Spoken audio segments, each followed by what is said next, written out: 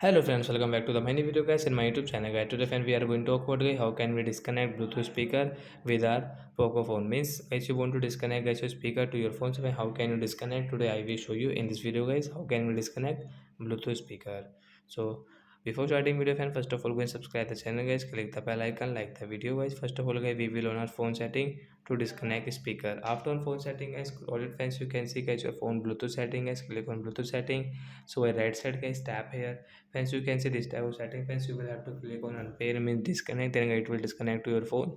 Guys you cannot use this speaker guys you want to use, so friends you will have to connect again this speaker. So like that guys we can disconnect our Bluetooth speaker to our Poco phone.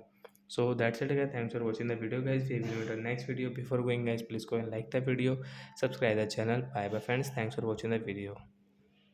And friends, do you have any doubt guys related to guys your phone Bluetooth setting guys, you can ask me in comment section. I will check, I will help you. Bye guys.